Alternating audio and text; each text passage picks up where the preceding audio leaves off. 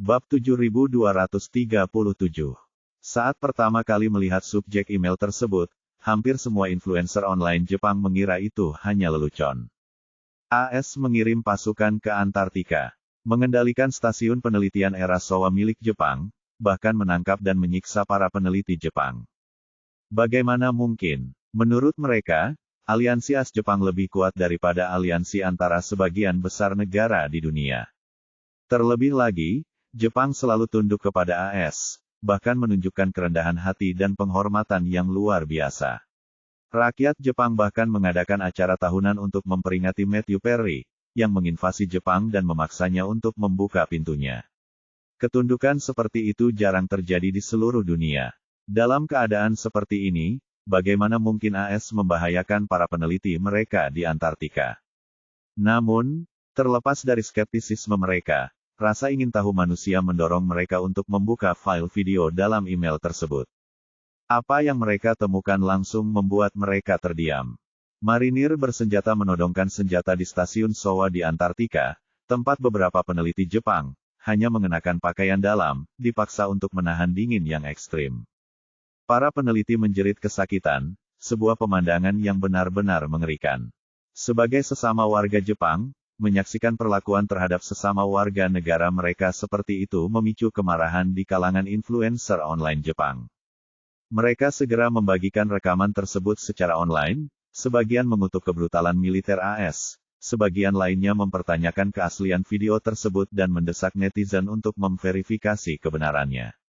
Mengingat semakin maraknya dan canggihnya video yang dihasilkan oleh AI, kekhawatiran muncul bahwa jika video tersebut memang dihasilkan oleh AI, maka video tersebut akan secara tidak adil menuduh sekutu mereka, Amerika Serikat. Video-video tersebut segera menyebabkan kegemparan besar di internet Jepang. Sebagian besar orang dapat mengetahui bahwa video tersebut asli, video tersebut tidak dapat disangkal realistis. Karena video tersebut dianggap otentik, semua pertanyaan berfokus pada mengapa militer AS menyerang para peneliti Jepang. Anggota tim peneliti ini semuanya adalah warga sipil yang tidak bersenjata. Komando tinggi Jepang segera menemukan video tersebut, dan langsung kewalahan, sama sekali tidak yakin bagaimana harus menanggapi. Melalui laporan Goro Watanabe, mereka mengetahui tindakan dominan militer AS di Antartika, tetapi mereka tahu bahwa mereka tidak memiliki kendali atas aktivitas militer AS di sana, sehingga mereka hanya bisa menderita dalam diam. Awalnya mereka mengira bisa membiarkan AS melakukan investigasi, tetapi mereka tidak pernah menyangka AS akan memperlakukan anggota tim peneliti mereka sendiri dengan begitu kejam. Bagi Komando Tinggi Jepang, perlakuan buruk terhadap anggota tim peneliti mereka oleh militer AS bukanlah hal yang tidak dapat diterima. Yang tidak dapat diterima adalah insiden tersebut direkam dan diunggah secara online. Hal ini memaksa Komando Tinggi Jepang untuk tidak lagi menutup mata. Mereka segera mengajukan protes publik kepada AS melalui jalur diplomatik, menuntut agar mereka segera menghentikan perlakuan buruk terhadap anggota tim peneliti Jepang dan menarik pasukan mereka dari Antartika. Dalam hitungan menit, tidak hanya Jepang yang mengajukan protes, tetapi juga Tiongkok, serta anggota tetap Dewan Keamanan PBB, termasuk Inggris, Prancis, dan Rusia, semuanya mengajukan protes keras kepada Amerika Serikat, menuntut penjelasan yang masuk akal atas intervensi militer rahasia mereka di Antartika dan pelanggaran perjanjian Antartika. Saat itu sudah larut malam di Amerika Serikat. Juru bicara Gedung Putih, yang sedang tidur nyenyak, melompat dari tempat tidur setelah menerima laporan di telepon, meraih teleponnya dan dengan histeris bertanya, "Apa? Intervensi militer di Antartika telah terungkap secara online. Ada apa dengan militer? Bagaimana mereka bisa melakukan kesalahan mendasar seperti itu?" Suaminya, yang lebih dari 30 tahun lebih tua darinya, sedang tidur nyenyak ketika ia tiba-tiba tersentak bangun karena pertanyaannya. Suaminya langsung duduk dan secara naluriah bertanya, "Apa yang terjadi, sayang? Kau membuatku kaget." Juru bicara itu tersenyum meminta maaf dan berkata, "Ada sedikit keadaan darurat. Saya akan keluar untuk menerima panggilan ini. Sayang, kau bisa terus beristirahat." Setelah itu, ia dengan cepat mengambil teleponnya dan meninggalkan kamar tidur, dengan marah menuntut melalui telepon, "Saya ingin tahu, bagaimana seseorang bisa merekam operasi rahasia ini dan mengunggahnya secara online. Orang di ujung telepon berkata tanpa daya, saya sudah bertanya kepada orang yang bertanggung jawab. CIA dan Departemen Keamanan Dalam Negeri telah mulai menyelidiki identitas pengunggah, tetapi mereka menyembunyikannya terlalu baik. Video itu diunggah dan dikirim melalui server anonim, tidak mungkin untuk mendeteksinya. Tidak ada cara untuk melacaknya, jadi mereka tidak tahu siapa yang merekam video dan mengunggahnya secara online. Juru bicara Gedung Putih mondar-mandir dengan cemas di ruangan itu, dasar sekelompok idiot yang tidak berguna. Saya akan segera ke Gedung Putih. Suruh staf lainnya segera datang. Saya perlu bertemu dengan mereka untuk membahas pernyataan publik besok dan melihat bagaimana cara menjelaskan hal ini secara masuk akal. Pihak lain berkata dengan canggung, masalah paling serius saat ini bukanlah bagaimana menjelaskan pengerahan pasukan kita ke Antartika, tetapi mengapa kita menyiksa tim peneliti Jepang secara tidak manusiawi dan memaksa mereka untuk mengaku. Ini adalah krisis hubungan masyarakat terbesar saat ini. Beberapa orang bahkan mengatakan bahwa tindakan tentara kita tidak berbeda dengan apa yang dilakukan kaum fasis Jepang saat itu. Apa? Seru juru bicara Gedung Putih dengan terkejut. Maksudmu tentara kita menyiksa tim peneliti Jepang? Petik 2. Menyiksa mereka. Mereka menelanjangi mereka dan membawa mereka keluar ruangan di Antartika pada suhu minus 60 derajat Celcius, dan semuanya direkam dan diunggah online. Saya akan mengirimkan videonya sekarang, lihatlah. Cepat, kirimkan videonya. Oke, sudah dikirim, silakan periksa. Juru bicara Gedung Putih segera membuka aplikasi pesannya, dan segera menerima sebuah video. Dia mengklik putar dan menonton video itu sedikit demi sedikit, merasakan gelombang pusing melanda dirinya. Memaksa dirinya untuk menyesuaikan diri sejenak, dia menggertakkan giginya dan berkata, saya akan pergi ke Gedung Putih sekarang. Segera beritahu semua personel terkait untuk berkumpul di Gedung Putih.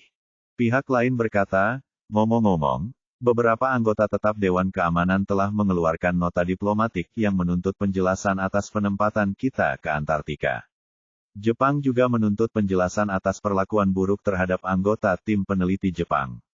Ada kemarahan yang meluas di negara mereka, dan mereka telah mulai mengorganisir demonstrasi. Haruskah kita memberitahu Presiden? Juru bicara Gedung Putih berpikir sejenak dan menghela napas, sudah terlambat sekarang. Jangan ganggu istirahat Presiden. Beliau sedang sibuk dengan berbagai masalah di pulau akhir-akhir ini. Yang paling menjengkelkan adalah wanita gila dari keluarga Bill itu benar-benar ingin bertukar pasangan dengan Presiden. Dia benar-benar tidak tahu malu. Sekarang saatnya kita melakukan segala yang kita bisa untuk meringankan beban Presiden. Kita harus melakukannya dengan baik dan tidak menimbulkan masalah lagi baginya. Pihak lain berkata, baiklah. Saya akan memberitahu yang lain untuk pergi ke Gedung Putih sekarang. Baik, juru bicara Gedung Putih menutup telepon dan segera kembali ke kamar tidurnya. Begitu masuk kamar tidur, ia bergegas ke lemari pakaian untuk berganti pakaian. Suaminya, dengan tubuh lelahnya, masuk ke lemari dan bertanya dengan heran, sayang, apa yang terjadi? Mengapa kamu keluar selarut ini? Sambil berganti pakaian, ia berkata dengan pasrah, sesuatu yang serius telah terjadi, dan aku harus pergi ke sana secepat mungkin untuk menanganinya. Pada saat juru bicara bergegas ke Gedung Putih, berita tentang pengerahan pasukan Amerika Serikat secara rahasia ke Antartika dan perlakuan buruk terhadap anggota tim peneliti Jepang telah menjadi berita utama di seluruh dunia. Skandal ini begitu mengejutkan sehingga perhatian global yang didapatnya sangat luar biasa. Amerika Serikat memiliki sejarah mengambil tindakan terhadap orang lain, seringkali dengan metode yang bahkan lebih brutal daripada yang digunakan terhadap tim peneliti Jepang, misalnya, pusat penahanan Teluk Guantanamo yang terkenal, di mana tindakan tidak manusiawi merajalela. Namun, bahkan gabungan perhatian dari insiden-insiden ini tidak sebanding dengan yang satu ini. Alasan utamanya adalah sifat situasi yang sangat aneh. Jepang bisa dibilang sekutu dan mitra junior Amerika Serikat yang paling setia, dan kekuatan nasionalnya melampaui Inggris, sekutu Eropa yang sudah lama, dan bahkan melampaui negara tetangganya, Kanada dan Meksiko. Jepang adalah tokoh utama di antara mitra junior Amerika, dan fakta bahwa negara ini diperlakukan seperti ini oleh Amerika Serikat benar-benar mencengangkan. Terlebih lagi, kali ini, Amerika Serikat telah memperluas kobaran perang ke benua terakhir di bumi yang belum tersentuh oleh konflik mereka, Antartika. Sejak pasukan Amerika mendarat di lapisan es Antartika, cengkeraman perang Amerika telah menginjak-injak seluruh dunia. Justru karena keadaan unik inilah sifat masalah ini terus meningkat ke tingkat yang semakin serius. Di jalan, mobil melaju kencang. Tetapi juru bicara itu sangat cemas. Karena tidak sabar menunggu kendaraan mencapai Gedung Putih, dia memulai konferensi video dengan timnya. Pertemuan terhubung, semua orang berada di dalam mobil, banyak yang masih mengenakan piyama, tampak sangat berantakan. Juru bicara itu memulai, "Baiklah, sekarang izinkan saya menguraikan prioritas kita saat ini. Pertama, kita perlu segera menemukan cara untuk melakukan hubungan masyarakat secara global, mengeluarkan peringatan kepada semua media dan platform media sosial yang melaporkan masalah ini, menuntut mereka untuk segera menghentikan semua pelaporan tentang masalah ini dan menghapus semua konten terkait secara online." Setelah mengatakan ini, juru bicara itu menghela napas. "Saya tahu ini pada dasarnya mustahil untuk dicapai, tetapi kita tetap harus menunjukkan sikap ini dan berhasil menyampaikannya kepada semua media dan platform media sosial. Dengan cara ini, jika Presiden melakukan penyelidikan, setidaknya kita telah mengambil tindakan perbaikan segera." Semua orang setuju. Meskipun mereka semua bekerja di Gedung Putih yang bergengsi, mereka pada dasarnya hanyalah karyawan. Jadi semua orang jelas memahami bahwa yang perlu mereka lakukan dalam situasi ini adalah meminimalkan atau menghindari tanggung jawab mereka sendiri sebisa mungkin. Keputusan untuk mengirim pasukan ke Antartika tidak dibuat oleh staf dan tim hubungan masyarakat mereka, jadi pada dasarnya mereka tidak perlu memikul tanggung jawab apapun atas peristiwa ini. Namun, mereka bertanggung jawab atas hubungan masyarakat dan hubungan eksternal, jadi mereka perlu bertanggung jawab atas perkembangan selanjutnya dari masalah ini.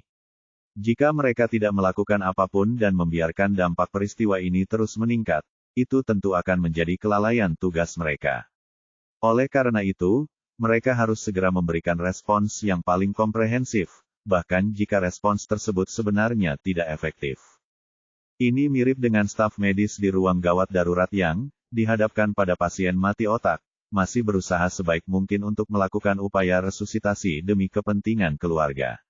Meskipun hasilnya tidak dapat diubah, apa yang perlu dilakukan tetap harus dilakukan. Juru bicara tersebut kemudian menambahkan, pekerjaan Anda harus didokumentasikan. Platform mana yang Anda hubungi, terlepas dari metodenya, harus didokumentasikan. Untuk email, cetak informasi email, untuk pesan teks, ambil tangkapan layar, untuk panggilan telepon, rekam panggilan tersebut. Semua orang langsung setuju. Juru bicara itu melanjutkan, "Saya akan berada di Gedung Putih dalam 15 menit. Kami dijadwalkan untuk mengadakan konferensi pers di sana dalam 1 jam, jadi mohon beritahu semua reporter Anda di Washington untuk berada di ruang konferensi pers Gedung Putih dalam waktu 1 jam. Kami akan menggunakan 45 menit tambahan untuk membahas penjelasan terbaik atas tindakan yang ditunjukkan dalam video tersebut." Tidak masalah. Melihat sikapnya yang tenang dan terkendali, semua orang merasa lega. Juru bicara itu kemudian menambahkan, "Segera beritahu militer untuk menunjuk seseorang yang bertanggung jawab untuk menghubungi kami dalam 20 menit. Sebelum konferensi pers dimulai, kita perlu mengetahui langkah selanjutnya dari militer. Apakah mereka akan segera mundur atau tetap berada di Antartika? Selain itu, beritahu mereka untuk mengalihkan semua kesalahan kepada Jepang, baik itu petinggi stasiun penelitian, Departemen Pertahanan, atau bahkan kabinet, jangan beri mereka kesempatan untuk menolak." Ketika staf Gedung Putih menghubungi militer, militer sudah dalam keadaan kacau balau. Merekalah yang mengirim pasukan, dan perlakuan buruk terhadap anggota tim peneliti Jepang juga merupakan perbuatan pasukan yang mereka kirim, jadi merekalah yang paling tertekan saat itu. Biasanya, militer tidak menganggap serius Korps Pers Gedung Putih, tetapi dalam situasi ini, bahkan militer terkuat di dunia pun hanya bisa meringkuk seperti kura-kura, menyerahkan semuanya kepada Korps Pers Gedung Putih untuk manajemen krisis. Tim Gedung Putih tidak diragukan lagi adalah yang paling profesional dalam hubungan masyarakat, dan nasihat mereka sangat berharga, alihkan kesalahan sebanyak mungkin, bahkan jika harus dipaksakan. Mengalihkan kesalahan kepada siapa? Tentu saja, kepada tim peneliti Jepang dan pemerintah Jepang. Jadi, mereka segera menghubungi Kementerian Pendidikan, Kebudayaan, Olahraga, Sains dan Teknologi Jepang dan Kementerian Pertahanan Jepang. Dalam konferensi video, perwakilan militer AS meminta, kami akan mengadakan konferensi pers dalam 1 jam, di mana kami akan menjelaskan kepada dunia apa yang terjadi di Antartika, jadi saya membutuhkan kerja sama Anda. Kepala Kementerian Pendidikan, Kebudayaan, Olahraga, Sains dan Teknologi dengan canggung bertanya, yang terungkap adalah perilaku militer AS, yang merugikan tim peneliti kami. Bagaimana kita bisa bekerja sama dalam hal ini? Pejabat militer AS menjawab dengan dingin, Anda harus mengumumkan secara terbuka kepada dunia bahwa tim peneliti Anda telah mengkhianati negara dan secara ilegal melakukan eksplorasi skala besar di Antartika. Kemudian, ia berkata kepada Kepala Kementerian Pertahanan Jepang, adapun Anda. .. 2.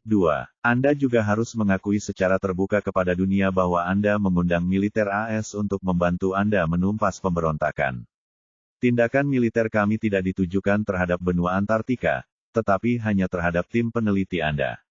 Lebih jauh lagi, alasan kami memperlakukan tim peneliti Anda dengan buruk adalah atas permintaan Anda, untuk melakukan interogasi mendadak terhadap anggota tim peneliti Anda yang pengkhianat. Pejabat pertahanan Jepang itu berkata dengan canggung dan marah, Tuan, memang benar kami meminta bantuan Anda untuk menumpas pemberontakan, tetapi kami tidak pernah meminta Anda untuk memperlakukan anggota tim peneliti kami dengan buruk. Bagaimana kami bisa menjelaskan ini kepada negara kami setelah Anda memperlakukan anggota tim kami seperti ini dan membuat kami yang menanggung kesalahan? Pejabat militer itu menjawab dengan tajam, sialan. Kami tidak peduli bagaimana Anda menjelaskan diri Anda, saya hanya peduli bagaimana saya menjelaskan diri saya sendiri.